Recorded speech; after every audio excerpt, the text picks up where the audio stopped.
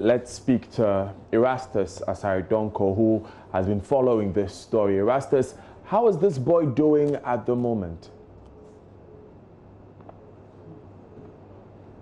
Well, he's doing well, except to say that he still has some pains. You know, these wounds are great and it will take some time to heal. So when you want to lift him up, it's difficult for him to hold on, for you to lift him up. You don't know where to hold. So he's in so much pain, but he's responding to treatment. About his treatment, what are doctors saying about how soon will he be able to go out and play like his friends? Well, that will take some time, at least a couple of weeks. He will be able to lift himself up. But for now, he cannot walk by himself. His mom carries him along wherever he has to wee, he's carried along. And when you are lifting him, that is where he tells you that don't hold my hand, don't hold my body. It hurts. I don't want you to hold my body. And whilst you are carrying him, he's crying all over. So it will take a couple of weeks for that kind of pain to be able to go down. And then gradually he will be able to get his energy back, I'm told. Finally, Erastus, any latest update on his father's case, the investigations on his father's alleged abuse? I just got off the phone with the head of DOFSU for the Menchia Divisional Police, and she tells me they were supposed to go to court today. Unfortunately, court 2 at the circuit court did not sit. And so tomorrow in the morning, he will be arraigned before court again to be remanded into proper custody for investigations to continue. Erastus, thank you very much. We'll be back tomorrow to get that update on this particular case.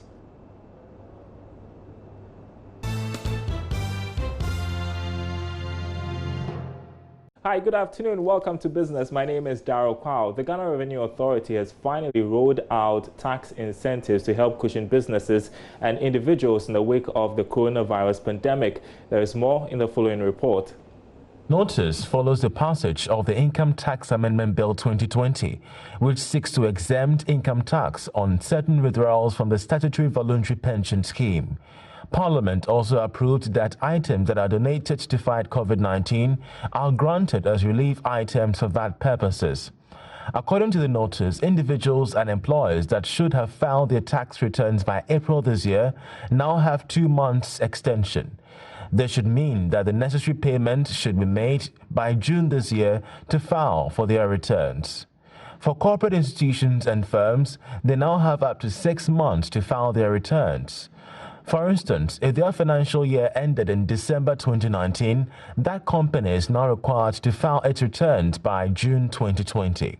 Firms that are making items and goods donations to help fight COVID-19 would also be granted some relief from VAT purposes, meaning that the donations made will not qualify as deductions against tax income. The Commissioner General has also offered amnesty to firms and individuals that are indebted to the GRA, but they should also settle their tax returns by June this year in order to be excused from any charges or penalties. The Commissioner of the Ghana Revenue Authority sees this as one of the measures to encourage persons to pay their taxes. The GRA has also notified the public that any worker that has lost his or her job as a result of COVID-19 can make withdrawals from their tier contributions, but would not attract the usual 15% income tax. Health workers' income from April to June this year will be exempted from income tax. Many would be looking forward to see whether or not these measures would help encourage firms and individuals to be tax compliant, as well as bring the required relief to taxpayers.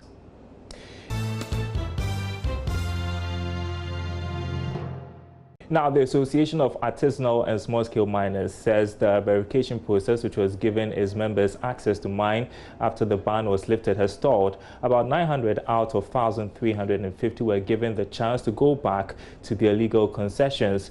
Operations Director of the Ghana National Association of Small-Scale Miners, Emmanuel Entry, explains to Joy Business how the delay is impacting on the operations. Mining activities is quite difficult and capital intensive, and so people are now trying to get a source of funds and then other support to go back into their businesses so that they can work.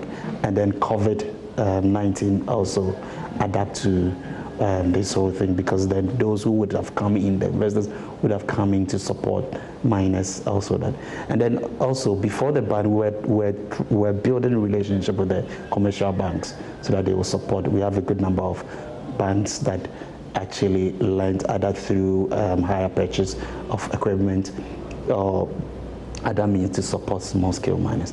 But the ban also reduced their confidence in the industry. And so because of that, a good number of licensed small-scale miners are not operating at the moment, looking for support and all that. Would you be able to tell how many these are? And maybe as you're answering that, you would also want to lump the issue of some ban on equipment. Some of your equipment are not supposed to be imported anymore. Are you able to tell how that is also affecting your business? The industry. Yes, with the last time we checked, we had less than 40% of the licensed miners operating. Though the good news is that Minerals Commission, it's also licensing new areas. And some news coming in to us, the inflation rate for the month of April has jumped to 10.6% from 7.8% in March. The recent astronomical hikes in prices of food items amidst the COVID-19 pandemic, coupled with partial lockdown effective for 3 weeks, were factors that contributed to the jump.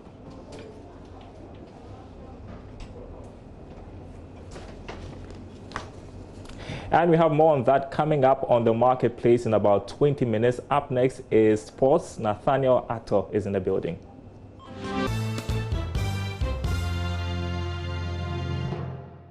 Thanks for staying with us on Joy News today. It's time for sport, and we take you to our first story. Now, Cameroon has become the first African country to cancel the rest of its domestic league season because of the coronavirus pandemic. PWD Bamenda, who were leading at the top tier when football was suspended mid-March, have been declared the champions, according to the country's football federation, FECAFOOT. Now, the clubs in Cameroon take the decision of FECAFOOT in good faith. Now, here is Cameroonian sports journalist in JNO. I think it was the best decision that could be taken at the moment, bring an end to the championship. I mean, there are a lot of factors that come into this. Many clubs were clamoring for the championship to resume, but there were a lot of unanswered questions. If in other countries the restart of the leagues are imminent, it is because they've been able to test all the players, coaches, and the support staff. And that these championships have got a vibrant health system around them. The same cannot be said for the Cameroonian Football Championship. At the moment, if you ask the National Football Federation how many players know the status as concerning the COVID-19, it's a question that you won't have an answer to. There was also the question of how do you handle the players? Do you take the players to go play games and you let them to go back to the neighborhoods where they can go and contract the ailment and come and, I mean, there were great uncertainties around this, and I think it's the best decision that could be taken. Also, financially, there wasn't really much at stake because the other option was playing the games behind closed doors. And very often, most of the club presidents that I speak to reiterate how important gate takings are for the running, for bankrolling of the activities. Now, if you're playing the games behind closed doors, it means there are limited financial resources. And what will happen is we'll get to a situation where this club president will either turn to the government for financing or will boycott the championship. Also remember that Cameroon has got several major tournaments to host this year and next year. There is the African Nations Football Championship, the CHAN, that's been postponed.